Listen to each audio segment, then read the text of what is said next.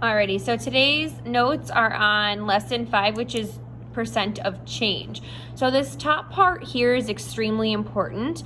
The first one is when you're just looking for general percent of change. You're going to look for the amount of change. So generally you're going to subtract two numbers and put it over your original. Okay. The percent of increase is the amount that you have increased over your original. Your percent of decrease is your amount of decrease over your original. And percent error is your amount of change over your actual. And when I say over for all of these, that means divided by. Okay, so let's get started. So for example 1, we have find the percent of change in the cost of gasoline from 1970 to 2010. Round to the nearest whole percent if necessary. So the first thing is we want to find the amount of increase. So it's increased because you can see in 1970 it was $1.30 and in 2010 it's $2.95. So we went from $1.30 to $2.95. So I have to take what I got in 2010 and subtract what I had in 1970. So I'm going to do $2.95 minus $1.30. So I'm going to go ahead and put that into my calculator, and I get a total of $1.65. So this is your amount of increase. So between 1970 and 2010, our gas prices went up $1.65 per gallon.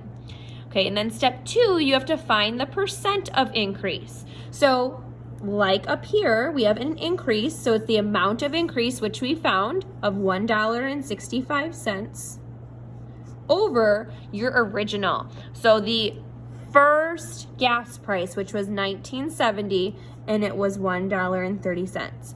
So this is going to be dividing, and when I divide, I get 1.269, okay? But we're looking for a percent. Okay, technically this is still a decimal because we have a decimal point here. We can't just add in a percent.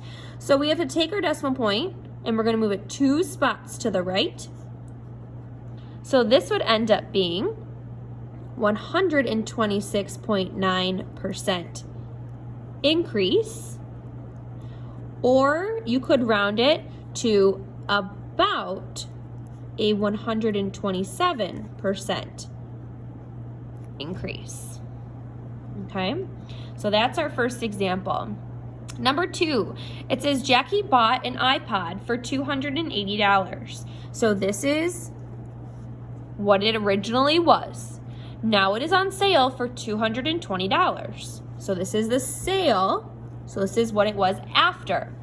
Find the percent of change in the price, round to the nearest whole percent if necessary.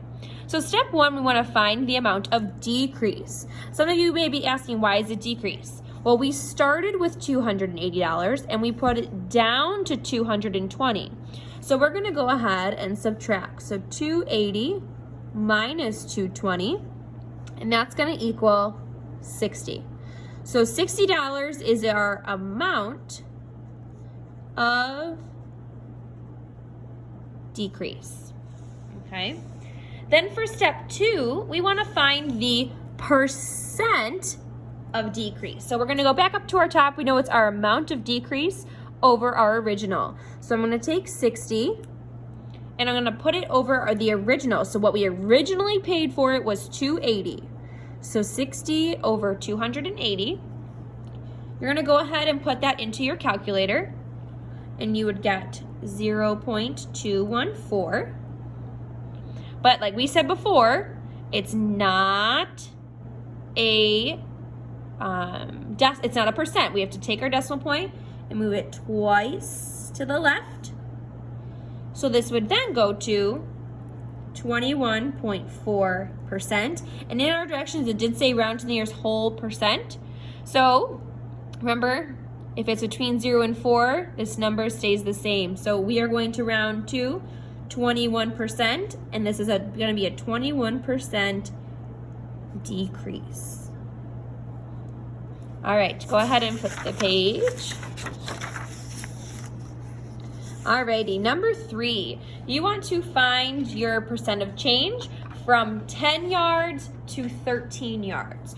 So it started at 10, it went to 13. So step 1, we want to find the amount of change. So we're going to take our larger number, subtract.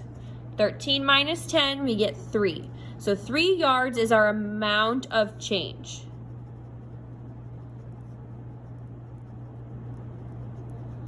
Okay, so step 2, you want to find the percent of change. So we're going to take what we found is our amount of change, so 3, all over our original, which we said our original was 10. So 3 over 10. Once you divide that in your calculator, you would get 0.3. Make sure you make it into a percent, so you got to move the decimal point twice to the left. So this would be a 30%, and you would have to say 30% change, or you could say a 30% increase. Increase because we went from 10 to 13. Okay, number 4, it says Jessie estimates the weight of her cat to be 10 pounds. The actual weight is 13.75 pounds. Find the percent error. So for this, we have to look back at our first page, and we know our percent error is the amount of change over our actual amount. So the amount of error, so we're going to take what the actual amount was minus the estimated amount, and we got 3.75. So this is the amount of error. Okay, so now step 2, we want to find the percent error. So we're going to take what we found as our amount of error, and we are putting it over the actual. So what the cat actually weighs, which was 13.75 pounds. And when I divide that in the calculator, I'm going to go ahead and get 0.2727. It's going to go on and on and on. Okay, but like we said before, it's not a percent, and we have to find our percent. So we're going to take our decimal point, move it twice to the left, and I would get 27.27 ... percent error. And because it's repeating the 2727, I'm going to go ahead and have 27 with a line above it, because this means repeating, and then percent error. It may ask you in the future to round to the nearest whole percent. So if you did that, this would be a 27% error.